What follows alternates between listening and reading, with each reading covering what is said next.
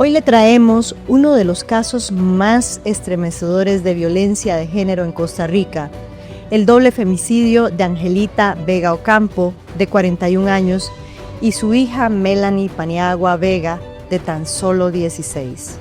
Ambas fueron asesinadas en su hogar en Mercedes Norte, en Heredia, el 11 de agosto de 2014. El crimen fue planeado y ejecutado por David Núñez Mucio, pareja sentimental de Angelita, quien intentó simular un asalto para encubrir los hechos. Las dos víctimas fueron amordazadas, amarradas y asfixiadas brutalmente. La investigación reveló un historial de violencia doméstica, control y manipulación. Núñez buscaba quedarse con la casa y el taxi de Angelita y la custodia del hijo menor que compartían. Este episodio es un recordatorio del peligro que enfrentan muchas mujeres en sus propias casas y de la urgencia de hablar, denunciar y proteger. Sobre un aparente robo o un asalto que hay dos cuerpos dentro de la vivienda. El lugar estaba acordonado, responsable de esta muerte de ambas femeninas. Expediente 043. Y este es otro de los casos, Carlos, que conmocionó, en este caso, a la provincia de Heredia y a todo el país, por supuesto, ¿verdad? Porque estamos hablando de una mamá y de una hija. Así es, un caso de violencia, un caso de un femicidio que, como dice usted, Mari, estremeció a una comunidad y yo creo que incluso al país, ¿verdad? Sí, un doble femicidio caso, un doble femicidio sería.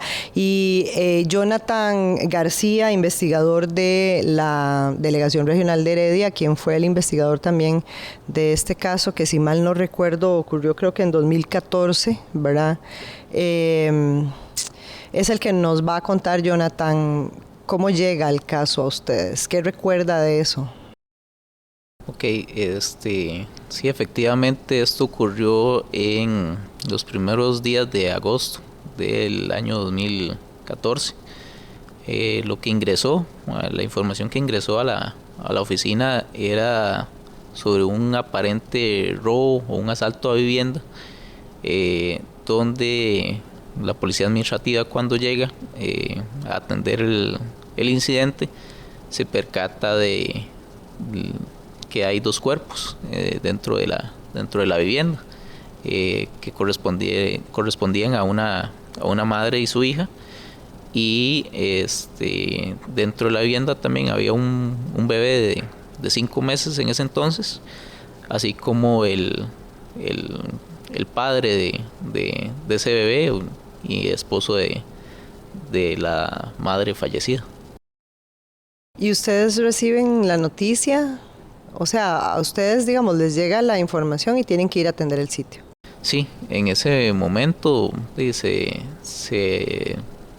designa todo lo que es el personal de oficialía de guardia, de inspecciones oculares, para que junto con fiscal y juez vayan a proceder con el levantamiento de los cuerpos y el procesamiento de la escena del crimen. Una vez que ustedes llegan, propiamente tal vez en tu experiencia, ¿qué escenas se encuentran? ¿Cómo es cuando ingresan a la vivienda? ¿Qué es lo que ustedes observan?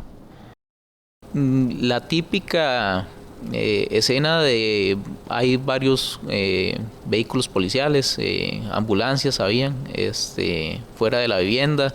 El lugar estaba acordonado por parte de la policía administrativa. Varios curiosos, ¿verdad? También es muy dado en ese tipo de escenas encontrar personas llorando, ¿verdad? Gritando, entonces uno directamente las asocia con familiares de las víctimas. Esto ocurrió en una zona residencial, de Heredia, se puede decir que de un estatus bien alto, ¿verdad? Uh-huh. Exactamente. En esa vivienda era una vivienda con un apartamento en la parte superior y la parte inferior, la vivienda como tal, fue donde ocurrieron los hechos. Entonces, a nuestra llegada con todo el equipo de de inspecciones oculares. Lo que encontramos era la policía administrativa, ¿verdad?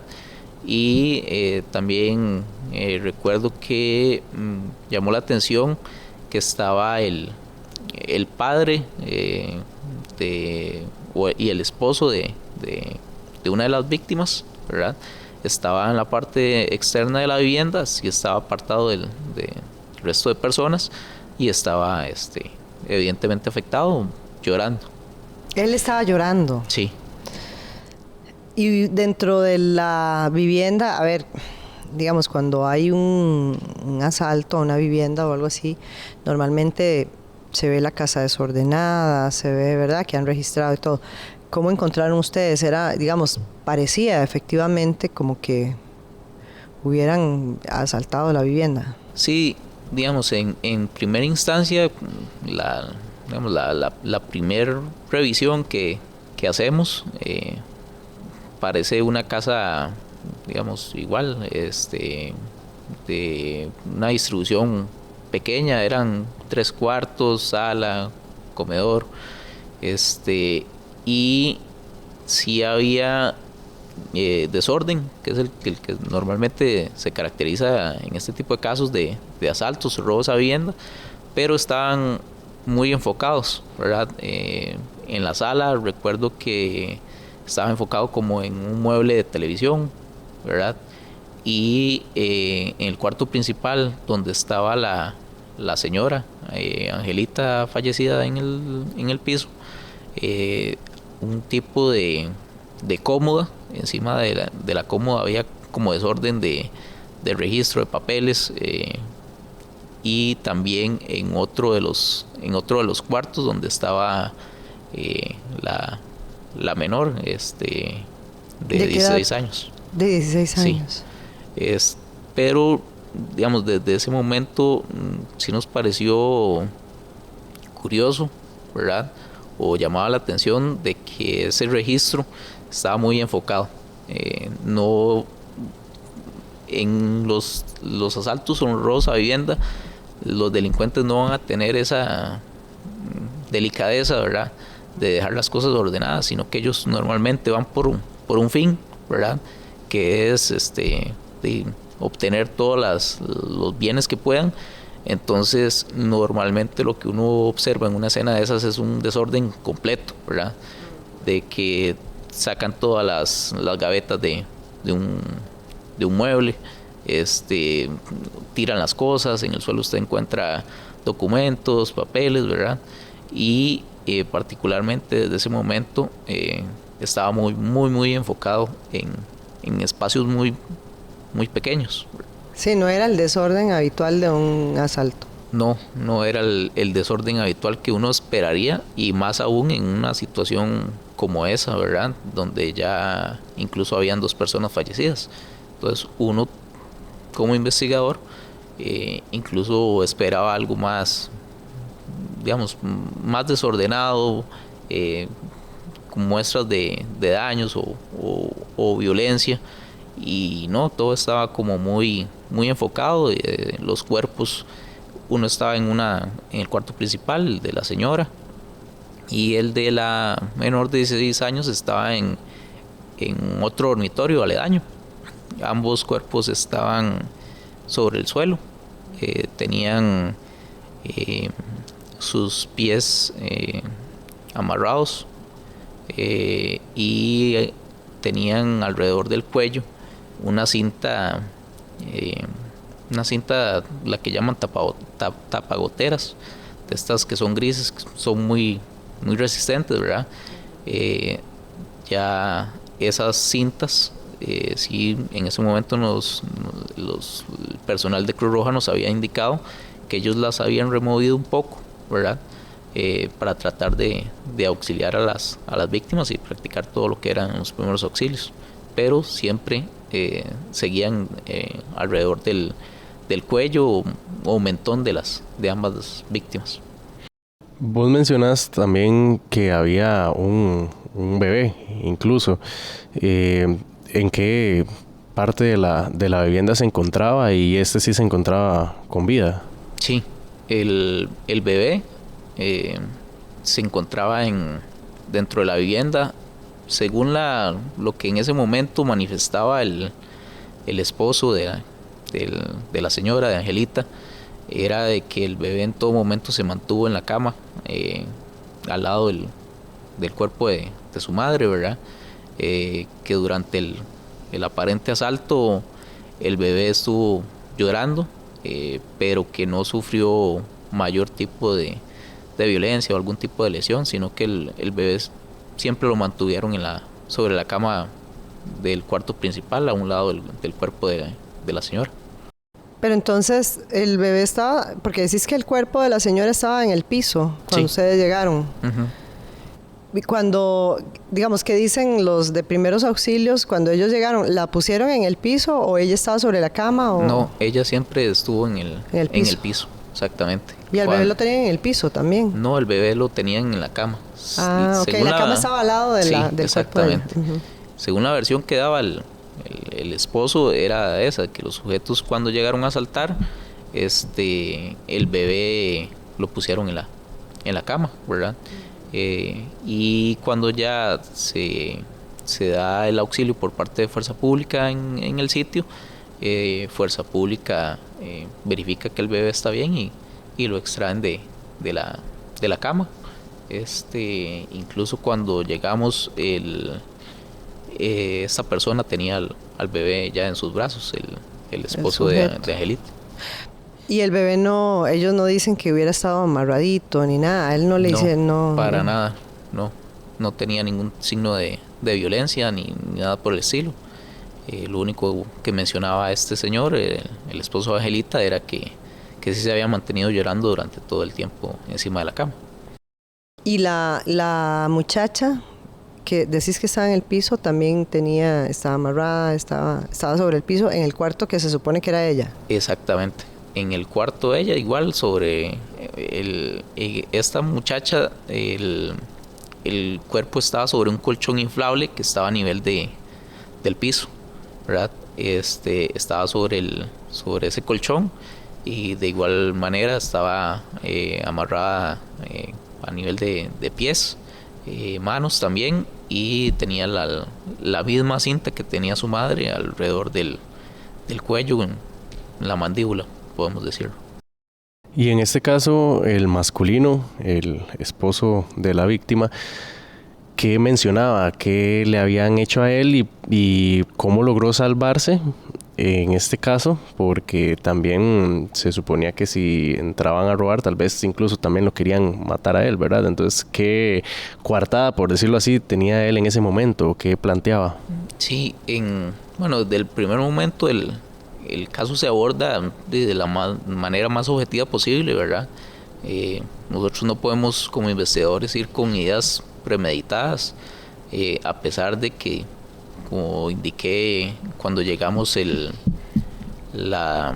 habían familiares de las fallecidas, ¿verdad?, en el sitio. Me parece que incluso señalaban, ¿verdad? Lo hacían algunos gestos contra el sujeto, señalando que el sujeto era sospechoso, ¿verdad?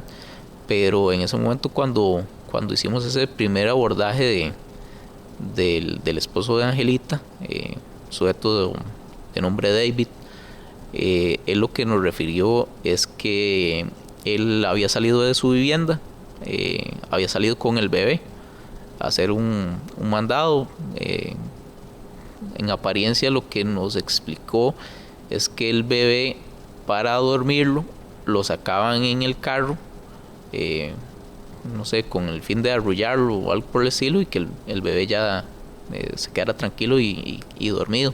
Entonces, que él salió de la vivienda con el bebé, que en la vivienda nada más él había quedado la esposa, Angelita, ¿verdad? Que él no se había dado cuenta en qué momento llegó la hijastra, porque no era hija de él, la muchachita de 16 años. Él salió en la misma zona residencial, dio vueltas, y cuando ingresó a la vivienda, él había dejado el portón eléctrico del acceso vehicular abierto. Entonces simplemente metió el carro y en ese momento lo que refirió es que por la espalda un sujeto le apuntó con arma, y que ese sujeto andaba totalmente de negro, que andaba pasamontañas, que andaba guantes, ¿verdad? Que en ese momento la persona le dijo que no le hicieran nada, que se llevara al carro. Pensó que era que el objetivo era llevarse el carro, pero el sujeto le dijo que no, que entrara a la casa. Y en el momento que van ingresando a la vivienda, se da cuenta que hay al menos 2 o 3 personas más ya dentro de la vivienda, que a él lo ingresan a la sala, que en ese momento él se da cuenta que su esposa Angelita está en el cuarto principal, que ya estaba en el suelo, que ya estaba maniatada y con la cinta en su boca. Incluso mencionó en ese momento de que ella, a pesar de la cinta, podía hablar, o le entendía, ¿verdad? Y entonces que esta señora Angelita le preguntaba por el bebé, que dónde estaba el bebé. Entonces que en dado momento uno de los sujetos ingresó al bebé y lo puso en la cama, a la par de su madre, que estaba en el suelo. Que en ese momento los sujetos le empiezan a preguntar por dinero, por dónde tiene joyas, dónde tiene cosas de valor, y él lo lleva al cuarto principal donde estaba su esposa Angelita, y saca un tipo de cajón donde tenían un dinero guardado, ya que Angelita tenía o administraba unos taxis. Entonces sacó cierta cantidad de dinero, que los sujetos igual le insistían que no, que ellos sabían que había otra cantidad o más cantidad de dinero, y que ante la insistencia y que viendo la situación tenían oculto en una caja, dentro de un mueble, una cantidad más grande de dinero que habían recibido por un pago de un seguro de un vehículo. Creo que era aproximadamente 1.600.000 colones.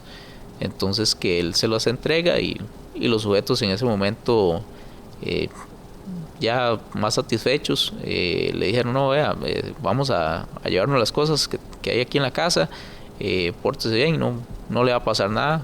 Lo sacan al sector de la sala, y ahí lo amarran a él, y también le ponen cinta alrededor de su boca, con la diferencia que no utilizan la misma cinta que utilizaron en su esposa, ¿verdad? El sujeto dice que entre los sospechosos del asalto se pedían la cinta, que dónde estaba la cinta, y que ellos mismos habían dicho: no, ya la gastamos. Se les acabó la cinta, qué casualidad. Y que le preguntaron a él que dónde podía encontrar cinta. Entonces él les señaló dónde, y con él utilizaron cinta de esta transparente, ¿verdad? Uh-huh. Esa cinta se la enrollan en la boca, que él, ¿verdad? En ese momento trata de abrir la boca más de lo normal para respirar, y esa es, digamos, desde ese momento la justificación que él da, porque hubo un desenlace diferente con su esposa y su hijastra, a diferencia de él, ¿verdad? Uh-huh. Que ya una vez que lo tienen amarrado, también lo llevan al cuarto donde estaba su hijastra, ¿verdad? Que en ese momento él se percata que la hijastra estaba ahí, que él pensaba que estaba en el colegio, y que igual que la muchachita se movía y pedía ayuda, que hicieron como una revisión los delincuentes muy rápida de esa habitación, y nuevamente lo pusieron en la sala. Igual lo que él narra o fue muy enfático en ese momento es que los sujetos tenían acento extranjero, ¿verdad? Y que en dado momento él escuchó el sonido como de del motor de un camión, porque describió que era algo muy grande, ¿verdad? Y que tocaban el pito y el pito era como de un vehículo de carga, un vehículo grande. Que entonces en ese momento los sospechosos del asalto, entre ellos hablaban y dijeron, ahí está el gancho, ya para irnos. Que los sujetos salieron con unas pantallas, que es lo que se habían robado de la vivienda, y utilizaron el vehículo en el que él había entrado y se lo llevaron, ¿verdad? En ese momento a él lo dejan amarrado en la sala, al igual que a su esposa la dejan en la habitación principal, en el suelo, y a su hijastra en el dormitorio de ella, y que él en ese momento empieza a ver cómo se desata, que empieza a tratar de pedir ayuda, pero la cinta que tenía en la boca no se lo permitía. Entonces él narró, digamos, cómo logró zafarse de la cinta, y una vez que se zafó la cinta, creo que mencionaba que se apoyaba como en los sillones para tratar de hacer que la cinta bajara de su boca. Con su boca logró abrir el cerrojo de la puerta principal de la vivienda, y arrastrado salió al garaje, donde empezó a pedir ayuda, porque él sabía que el apartamento que estaba en la misma propiedad, pero en la parte superior, podían haber los inquilinos. Eso fue lo que ocurrió, ¿verdad? Uno de los inquilinos que estaba en ese apartamento bajó, y al observar la situación de que estaban pidiendo ayuda, fue quien dio aviso a las autoridades, y ya posteriormente llegó Fuerza Pública y se dieron cuenta de toda la situación que estaba ocurriendo en esa vivienda. ¿A qué hora fue que sucedió eso? Se supone, digamos, ¿a qué hora dice él que él se fue a darle la vuelta al bebé y todo eso? Eso basado en la versión que él dio inicialmente, se estableció aproximadamente de las 4 de la tarde hasta aproximadamente las 7:50, 7:45 de la noche, que es cuando ya se da el aviso a las autoridades. ¿Ustedes atienden en la noche entonces esa situación? Sí, el abordaje, el levantamiento de los cuerpos y el procesamiento de la escena se dio en horas de la noche, posterior a las 20 horas por parte de OIJ.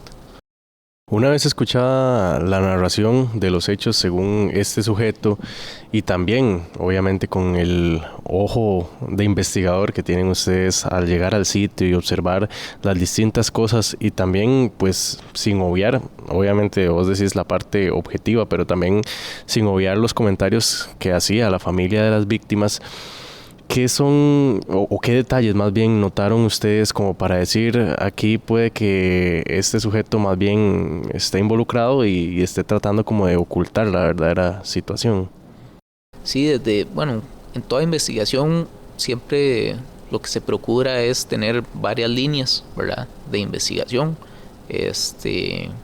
y los mismos indicios que vamos recolectando son los que nos dan esa guía de cuál línea es la que tenemos que seguir. La versión desde un inicio, a pesar de que se ajustaba a lo que estábamos observando en la escena, ¿verdad?, sí llamaba mucho la atención ese trato diferenciado que recibió él, ¿verdad?, en relación a su esposa y su hijastra, ¿verdad? Incluso el trato diferenciado que recibió el bebé, ¿verdad? Porque entenderíamos que, según el mismo relato de él, el bebé estuvo llorando, ¿verdad?, durante todo este tiempo porque estuvo solo en la cama, y los sospechosos del asalto no hicieron nada por silenciarlo, ¿verdad? Que justamente era la idea o el objetivo que ellos buscaban al tapar la boca con la cinta a su esposa, a su hijastra y a él mismo, ¿verdad? Sí, incluso también con la autopsia, los resultados de la autopsia de ambas femeninas, ellas presentaban hematomas en su rostro, ¿verdad?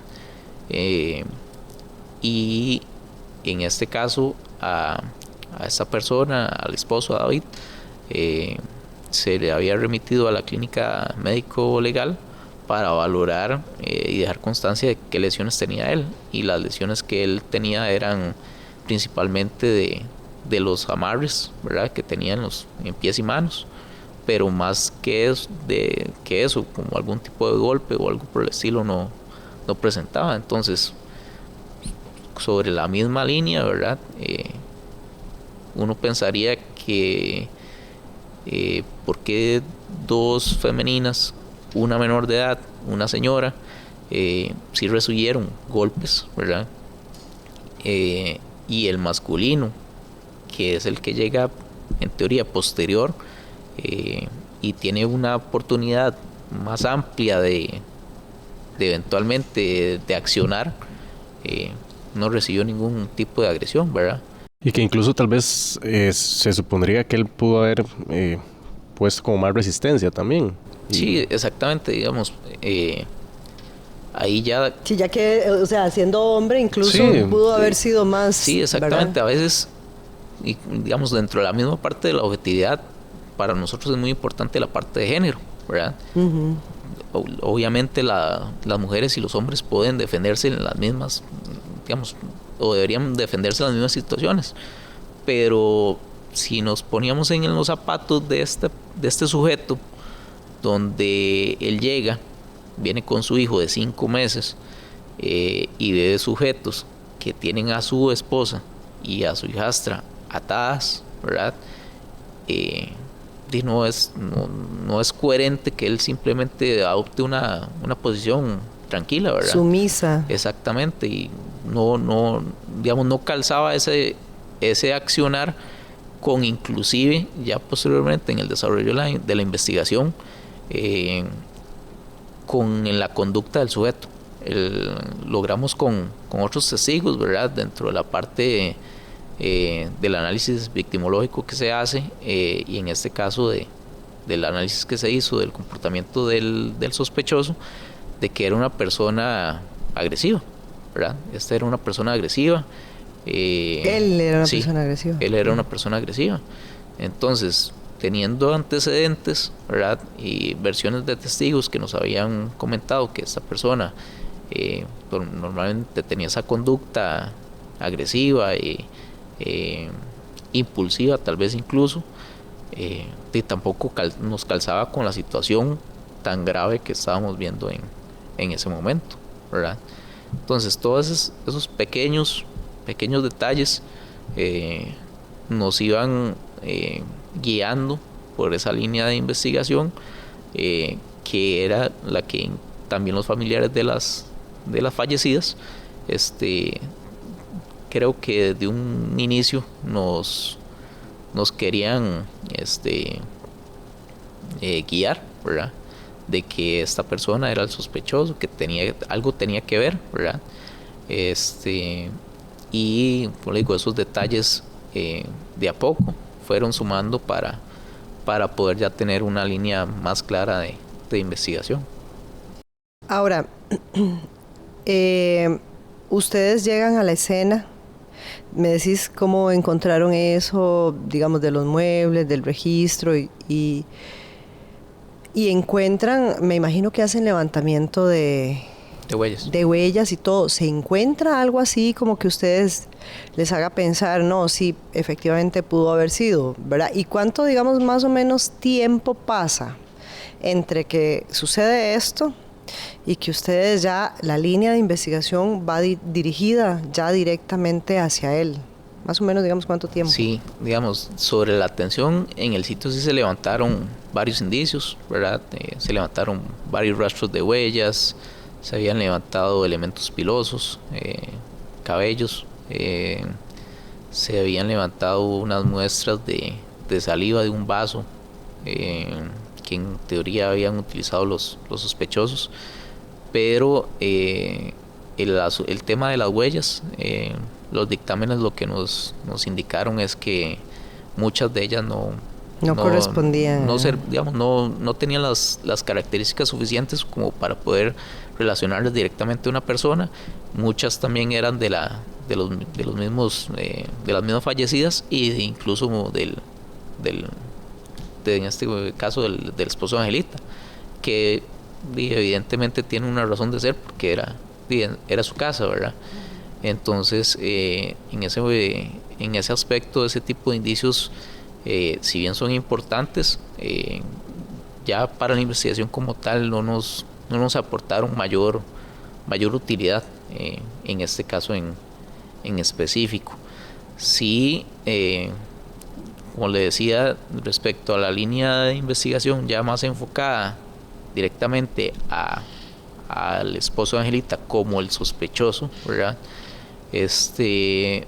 Pudo tal vez unos 2 meses, si acaso, después de los hechos, ya teníamos elementos como para enfocarnos directamente en él, ¿verdad?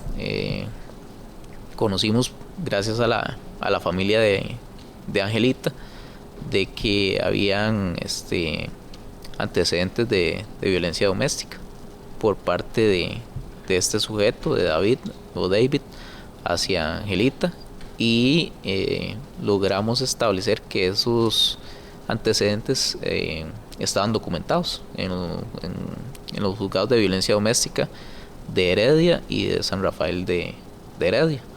Entonces eso también fue otro aspecto que iba sumando más ahí, ¿verdad?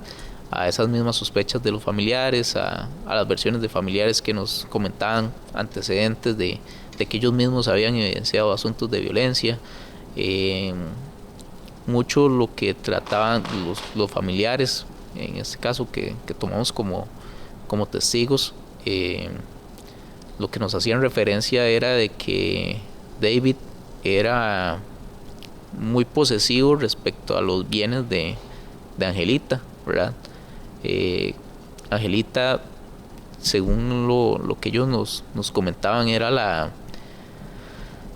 persona que llevaba las cuentas de la vivienda, era la que generaba los ingresos como tal a la familia, y David resentía mucho eso. ¿Y él a qué se dedicaba?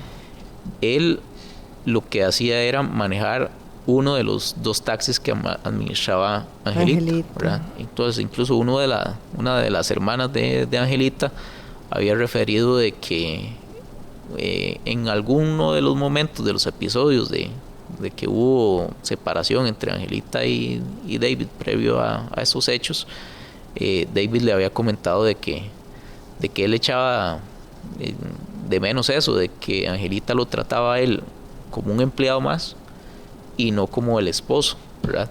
Que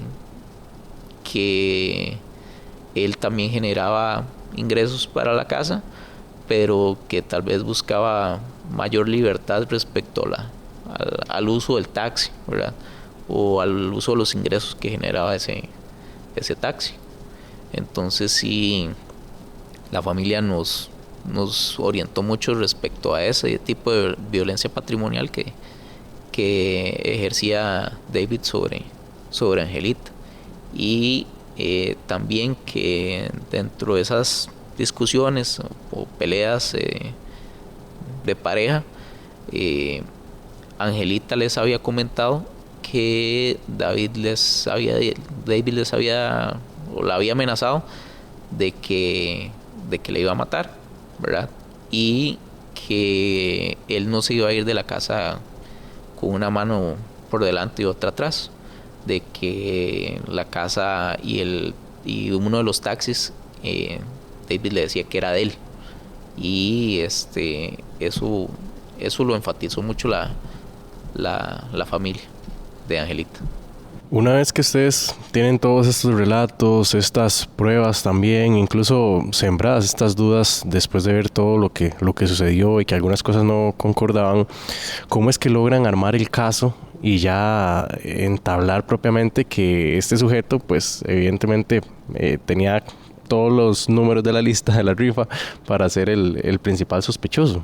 Y a eso yo le sumaría, Jonathan, porque, a ver, habían otras personas y decís que evidentemente eran otros sujetos, no solo por la narración de David, sino porque, ¿verdad? O sea, por los mismos hallazgos. Sí, por los mismos hallazgos. Entonces, digamos, ustedes tienen todas las pruebas y eso, ¿verdad? ¿Cómo se añade? O sea, ¿en qué momento ya ustedes dicen, sí, aquí está? Sí. Digamos, un caso como estos es complejo, ¿verdad? Porque si bien tenemos ese tipo de elementos que nos hacen sospechar de que algo evidentemente no calza, ante ojos de cualquier otra persona que no tenga conocimiento propiamente del caso, eso fue un asalto a vivienda, ¿verdad? Todos los elementos que había, de una u otra manera, sí correspondía a un asalto a vivienda. Entonces, lo que nosotros como grupo o pareja de investigadores que tramitamos el caso, empezamos a realizar fue un análisis más exhaustivo de todos los elementos que rodeaban no solo la escena, ¿verdad?, sino previo y posterior a estos hechos. Entonces, una parte tal vez ahí relevante es que como parte de la investigación se logró conocer de que el vehículo que se llevaron los aparentes asaltantes de la vivienda, que era el vehículo familiar, ¿verdad?, apareció ese mismo día, el día de los hechos, tal vez aproximadamente a 2 kilómetros a la redonda, ¿verdad?, y apareció cerrado totalmente. Eso también nos llamó la atención, ¿verdad? Lo que se hizo en esos casos es que el carro se sella, ¿verdad?, para enviarlo al depósito de vehículos y posteriormente hacer una inspección ocular más detallada. Entonces, como el carro incluso estaba cerrado, nosotros tuvimos que gestionar un cerrajero para que lo abriera y poder revisar el vehículo por dentro. Una vez que la investigación ya estaba un poco más avanzada, obtuvimos los familiares de Angelita obtuvieron la autorización de la fiscalía para sacar dicho vehículo, ¿verdad? Lo sacó una de las hijas de Angelita, el vehículo está en el depósito de vehículos, y nos llamó mucho la atención que ella, cuando va a retirar el vehículo, lo que nos dice es que por los meses que habían pasado consideraba que la batería estaba mala porque el carro no arrancaba, no daba ni siquiera ignición, ¿verdad? Que trajeron baterías, que lo intentaron puentear, como se llama, con otro vehículo, pero el vehículo parecía muerto, ¿verdad? Entonces, en eso que están tratando de cambiar la batería, se dan cuenta de que hay un cable en la batería que lo lleva hacia un corto de corriente dentro del vehículo, y que ese corto estaba activado, ¿verdad? Ese corto de corriente era un tipo switch y estaba en una parte oculta dentro del vehículo, ¿verdad? Y eso es policialmente lo analizamos, de que primero que todo no era consistente, ¿verdad?, con lo que habíamos visto en la vivienda respecto a los sospechosos, que alguien que acaba de asaltar una vivienda, que se acaba de llevar un vehículo, va a dejarlo a 2 kilómetros a la redonda en una zona residencial, lo iba a dejar cerrado y lo iba a dejar con este switch puesto, ¿verdad? Y que ese switch no estaba visible, y solamente alguien que tuviera conocimiento o hubiera utilizado ese carro de previo lo haría. Y también analizamos de que muchas veces nosotros como personas tenemos movimientos mecánicos, ¿verdad? Que a veces nosotros ni siquiera sabemos cómo lo hacemos, pero ya estamos acostumbrados a hacerlo. Pasa con ese tipo de artefactos de seguridad en los vehículos, ¿verdad?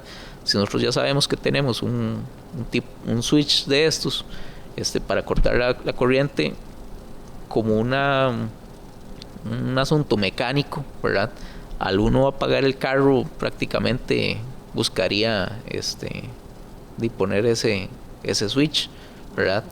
O le diría a una persona ponga ese switch para que eventualmente no le pasen, no se lleven el carro, no se lo roben, ¿verdad? Uh-huh. Entonces eso fue otro de los indicios de que evidentemente no nos calzaba en absolutamente nada con lo que sería un asalto como tal a vivienda. Además de esto, y de todas estas inconsistencias o pequeños elementos que íbamos detectando en tanto de la escena como en el mismo actuar del esposo de Angelita, de David, que al final fue el sospechoso, también realizamos un análisis muy exhaustivo, porque de hecho sí a pesar de que nosotros tenemos un analista criminal que se dedica a realizar análisis de información, análisis de rastreos telefónicos y todo, en este caso en particular tratamos de no solo quedarnos con lo que nos daba el analista, sino nosotros mismos hacer un análisis sobre el análisis del analista, ¿verdad? Y gracias a Dios, ese análisis lo que nos llevó a establecer era de que uno de los, o el teléfono que indicó David que le habían robado, ¿verdad? En algún momento había utilizado una línea aproximadamente un mes antes de los hechos, ¿verdad? Y esa línea a su vez compartió el mismo aparato celular con la línea que se utilizó para llamar la coartada o el gancho que les había comentado en la versión de David del camión, ¿verdad? Esa parte creo que nos la saltamos, pero en la investigación logramos establecer que en efecto cuando se estaba ocurriendo toda esta situación dentro de la vivienda, como lo narró David, ¿verdad? Sí se presentó al sitio un camión grande de mudanzas, y justamente este camión tenía rotulación de números de números de contacto telefónico, por lo que por medio de los videos nosotros logramos ver esos números y contactar a la persona del camión, ¿verdad? Y la persona de este camión lo que nos dice es que ese mismo día, cuando ocurrieron los hechos, horas antes de los hechos, recibió una llamada de una persona, un masculino, que le había solicitado un servicio de mudanza para trasladar unos muebles de ese sector en Heredia, Mercedes Norte, hacia Desamparado, me parece, que habían pactado que le iba a llegar a una hora en específico, y que cuando viera una vivienda con rótulos de se vende, que justamente estaba a la par de la casa de Angelita, empezara a tocar el pito y que esa persona iba a salir. Todo eso, ¿verdad? Lo podemos establecer. La persona del camión, que no tenía nada que ver en el caso, efectivamente la utilizaron, ¿verdad? Llegó, tocó el pito, e incluso llamaba de vuelta a ese número al que lo habían contactado, y como vio que nadie salía, el mismo señor nos había dicho, me vacilaron, ¿verdad? Entonces se retira. Pero eso, como les decía, la versión de David nosotros la analizamos de una forma muy minuciosa, y él hacía mucho énfasis en esa situación del camión, ¿verdad? Entonces nos parecía, según la versión de David, el camión lo que vino fue a llevarse las pantallas que se habían robado, ¿verdad? Que eso sí puede pasar en un asalto a vivienda. Entonces este punto en específico del camión, cuando nosotros hacemos los rastreos telefónicos del señor al que contactaron, nos percatamos de la línea telefónica que hicieron esa llamada, y como les decía, en algún momento previo al hecho, el teléfono que reportó David que le habían robado en el asalto utilizó esa línea, la línea que había llamado al transportista, ¿verdad? Entonces eso es un elemento de que no hay forma de explicarlo más allá de que tuvo que haber sido está involucrado David, o alguien muy cercano a David, que por lo mismo, por un pequeño error que no fue fácil darnos cuenta de ese error, nos cerró totalmente esa línea de investigación de que efectivamente David había participado, ¿verdad? O había sido el autor intelectual, que era más hacia donde se enfocaba este hecho, ¿verdad? De hacer pasar por un asalto a vivienda que salió mal, ¿verdad? Que tampoco para ese momento, recuerdo que en Heredia no era muy dado ese tipo, no había, para ese sector y para ese tiempo no habían casos de asaltos a vivienda, ¿verdad? Lo cual entonces tampoco es común, ¿verdad? Normalmente los asaltos a viviendas es algún tipo de banda o algo por el estilo que efectúan 1, 2, 3 casos, ¿verdad? No es que simplemente hace un asalto a vivienda y nunca más asaltan, ¿verdad? Entonces ese aspecto en particular fue el que ya nos llevó a establecer que David había sido responsable de esta muerte de ambas femeninas. Una vez ya ustedes tienen eso, pues ya el panorama se esclarece un poco más, ¿verdad?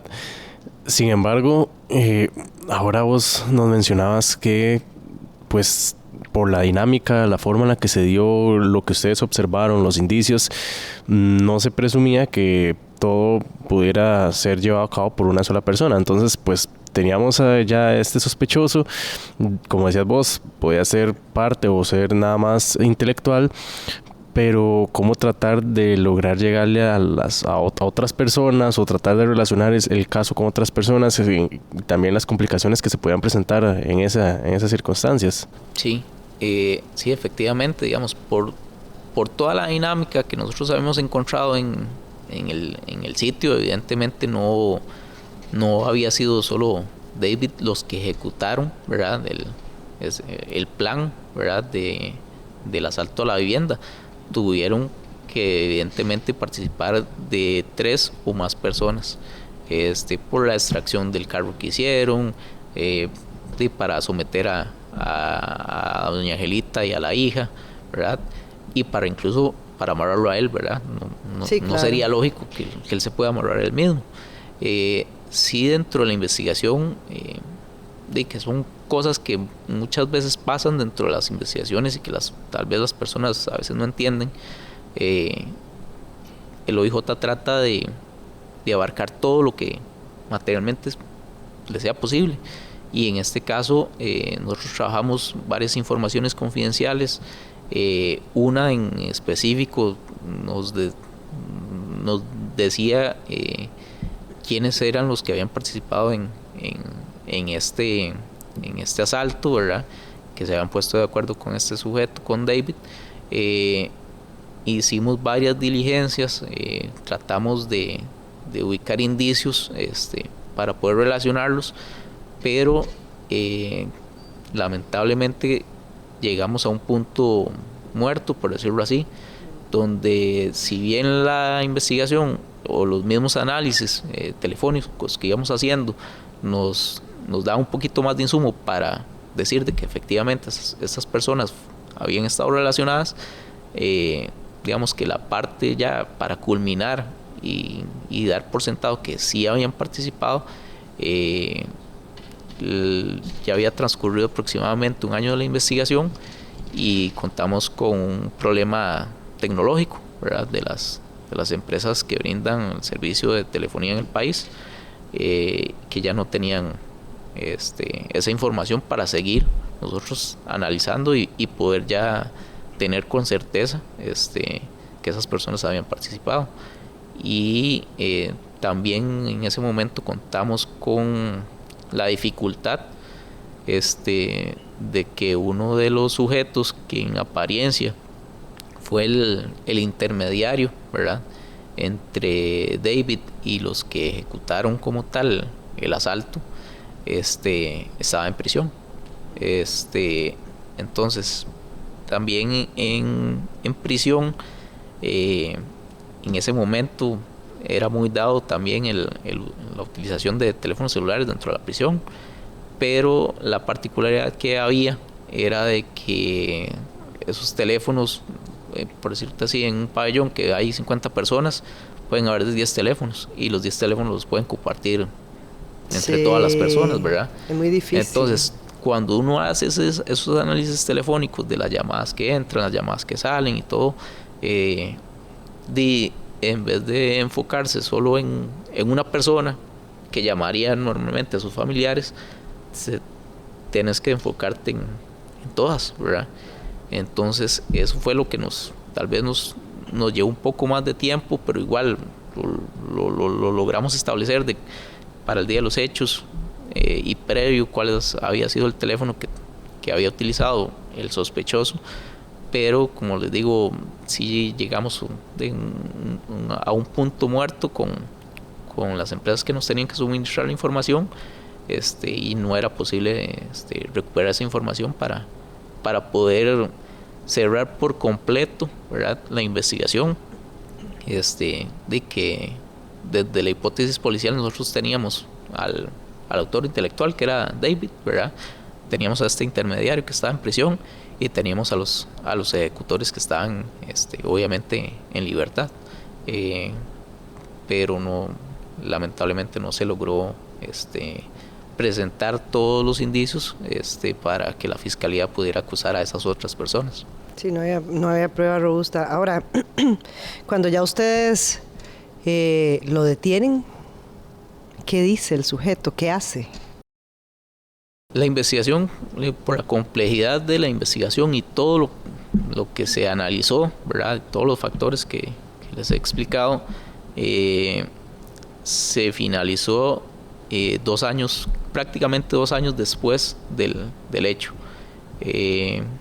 Se pidió una orden de allanamiento a la vivienda que fue donde ocurrieron los hechos y donde él siguió viviendo David, solo que en ese momento ya vivía con su bebé, que ya tenía año y medio, 2 años, y con una nueva pareja, ¿verdad?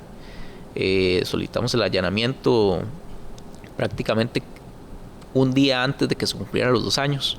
Ejecutamos el allanamiento, encontramos algunos indicios de interés telefónico, y la reacción de este sujeto en ese momento fue como muy fría, porque le decía a su entonces pareja: tranquila, aquí no va a pasar nada, yo no he hecho nada, ¿verdad? Yo esa parte lo tomé de que tal vez él en ese específico momento, como no tenía conocimiento de la investigación, ¿verdad?, de los informes que habíamos hecho, estaba totalmente seguro de que todo lo que había planificado lo había hecho de la mejor manera, ¿verdad?, que no había cometido esos pequeñísimos errores que nosotros pudimos detectar. Entonces en ese momento él estaba totalmente tranquilo, como le digo, con mucha frialdad al nosotros hacer el ingreso en el allanamiento, y todo lo que le repetía a su pareja era que no iba a pasar nada, que él no había hecho nada, que le cuidara nada más que cuidara al bebé, ¿verdad? Uh-huh. Y también en ese momento sí recuerdo que los familiares de doña Angelita en ese momento se habían acercado a a mi compañero con el que trabajamos el caso y a mi persona de agradecernos, ¿verdad? Porque, como le digo, nosotros allanamos y efectuamos la detención de este sujeto un día antes de que se cumplieran 2 años exactos de la muerte, ¿verdad? Entonces, digamos, de las cosas que tal vez lo marcan a uno era la mamá de doña Angelita, que ya era una adulta mayor, de esas señoras de antes, ¿verdad? De que la forma de agradecerle es desde un punto de vista que Dios lo bendiga y que la Virgen los ayudó y que los iluminó. Entonces ese tipo de cosas a uno como investigador en este tipo de funciones sí lo llena mucho, ¿verdad? De hecho, creo que eso fue muchas de las motivaciones que nos llevaron a hacer un análisis tan exhaustivo de las cosas, ¿verdad? De todos los elementos que tuvimos en la investigación, porque sí se hizo un esfuerzo extra en este caso, ¿verdad? Nosotros como investigadores también tenemos familia, ¿verdad? Tenemos madre, tenemos hermanas, tenemos hijas, y cuando encontramos esa escena, ¿verdad? Si es impactante, ¿verdad? Y si todavía uno analiza un poco más y se pone a pensar del sufrimiento que tuvieron esta señora, Angelita y su hija, donde incluso Angelita murió a la par de su bebé, ¿verdad? Debe ser algo totalmente, ni siquiera me lo podría imaginar cuál sería el grado de desesperación que puede sentir ella de la situación que está viviendo, y saber que su hijo, su bebé, es un bebé pequeño, está a su lado y que no sabe qué va a pasarle al bebé, ¿verdad? Sí, que va a quedar, de que uno como mamá quiere ver a su bebé crecer. Sí, exactamente, y que incluso, digamos, es muy dado en ese comportamiento natural de las madres, ¿verdad? Que ponen primero a sus hijos por encima de ellas mismas. Entonces, yo me imaginaba, puchica, la desesperación de la señora, sabiendo que está muriendo asfixiada, ¿verdad? Que además es una muerte fea, dura, ¿verdad? Y yo más bien pensaría que los últimos pensamientos de ella no iban dirigidos a ese sufrimiento que ella estaba teniendo, sino el sufrimiento de ver que tiene a su bebé al lado y qué va a pasarle con su bebé, ¿verdad? E inclusive con su otra hija que está también en la casa, ¿verdad? Uh-huh. Y ese tipo de situaciones creo que le dan tal vez un empuje extra a uno como investigador para tratar de dar un poco más. Siempre se puede dar un poco más. Si tal vez los análisis en algún momento no nos daban claridad, entonces lo revisamos 2 o 3 veces. Y qué fue lo que pasó en este caso, ¿verdad? Esas revisiones constantes fue las que al final nos llevaron a un buen puerto para finalizar y darle una respuesta a la familia, ¿verdad? Y evidentemente a la sociedad, porque es, como decíamos al principio, fue un crimen atroz, ¿verdad? La muerte de una madre y su hija por asfixia, y que al final se logre determinar por el trabajo de la policía y de la fiscalía de que todo fue orquestado por esa figura del esposo y padre, aunque digamos padre postizo, ¿verdad? Que debería ser la persona que según los estándares de la sociedad más bien proteja a su familia. Sí fue un caso de que realmente lo marca a uno y sí creo que tiene un impacto importante en la sociedad, ¿verdad? Yo te iba a consultar si durante la investigación y ya después cuando se logra detener al sujeto y todo, se logra determinar por qué es que él llega a cometer esto. Sí, ¿qué ¿cuál lo es motivó? El móvil? Ajá. Sí. Más que todo, él obviamente tenía conocimiento de las denuncias de violencia doméstica que existían. Sí venían teniendo, según la versión de los familiares de Angelita, una separación, ¿verdad? Incluso Angelita le había comentado ya a las hermanas de que no dormían juntos, digamos, ese tipo de problemas de pareja, y que Angelita, que era como había mencionado, la que llevaba, digamos, la carga económica de la familia, le había dicho a este sujeto en algún momento de que la casa era de ella, que en efecto sí era de ella,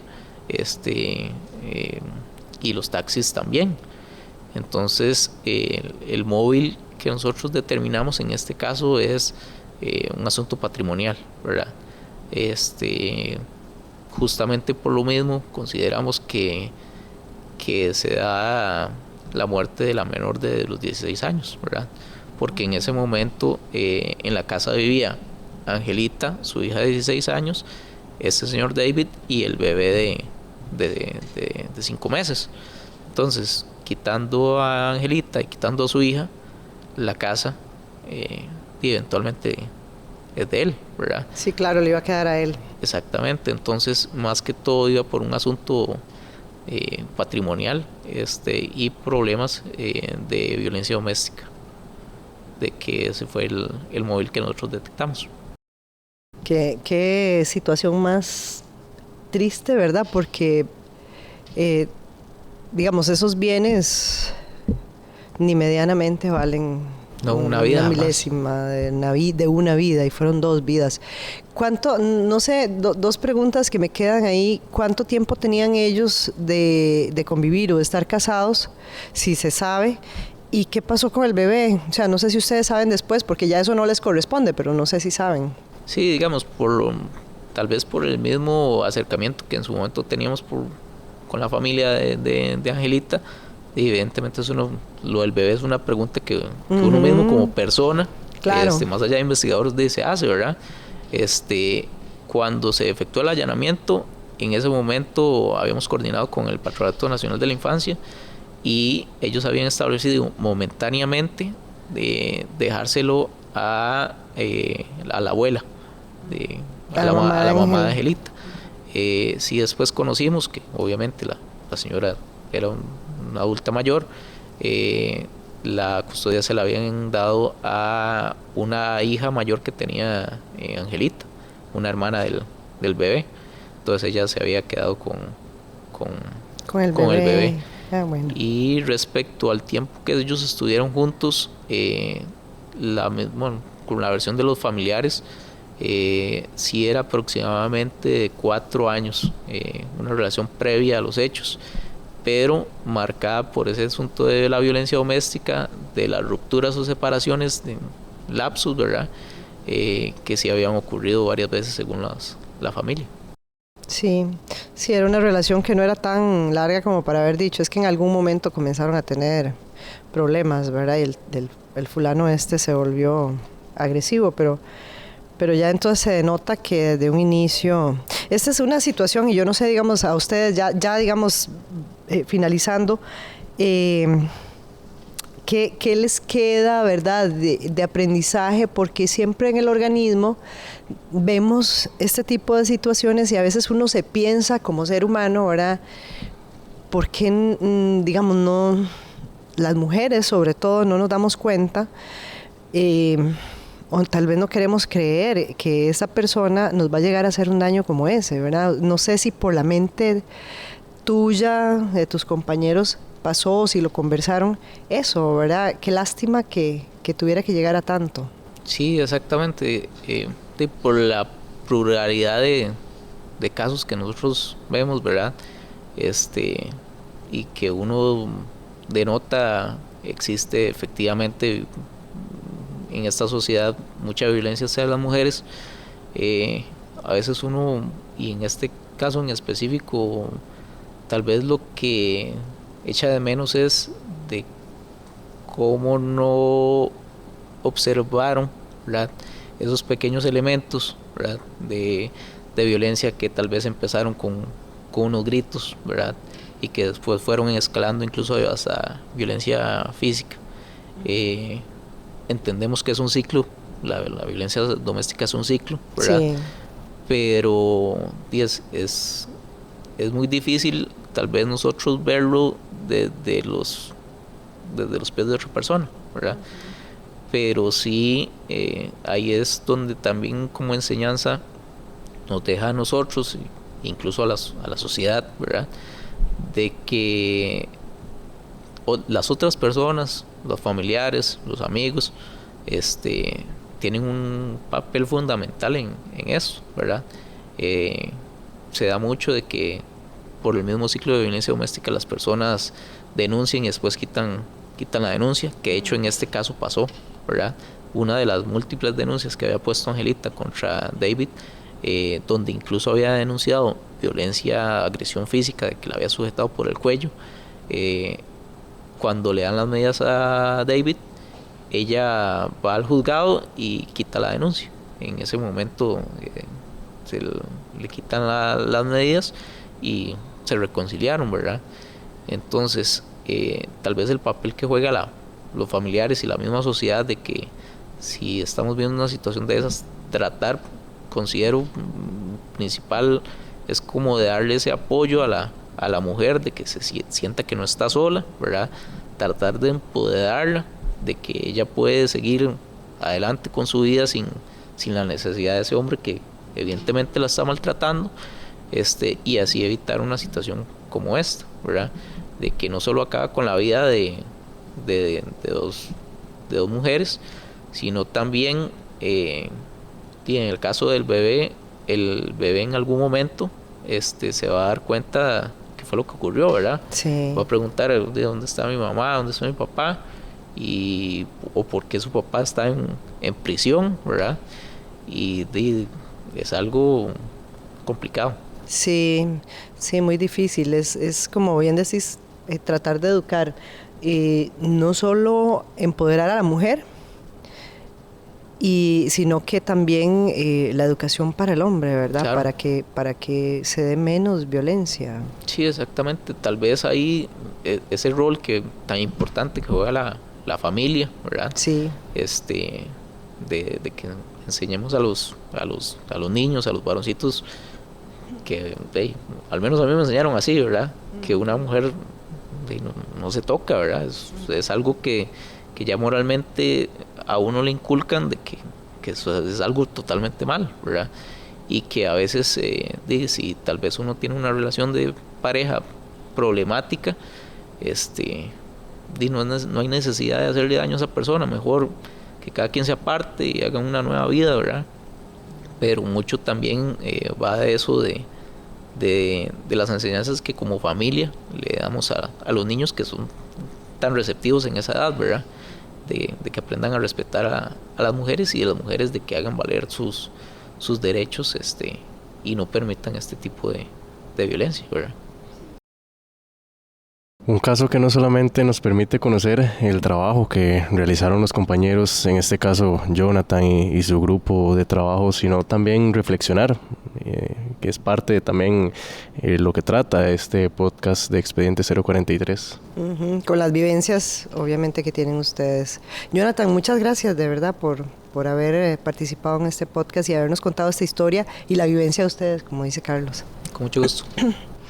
Bueno, y de esta manera finalizamos este episodio de Expediente 043, prometiéndoles un siguiente episodio. Expediente 043.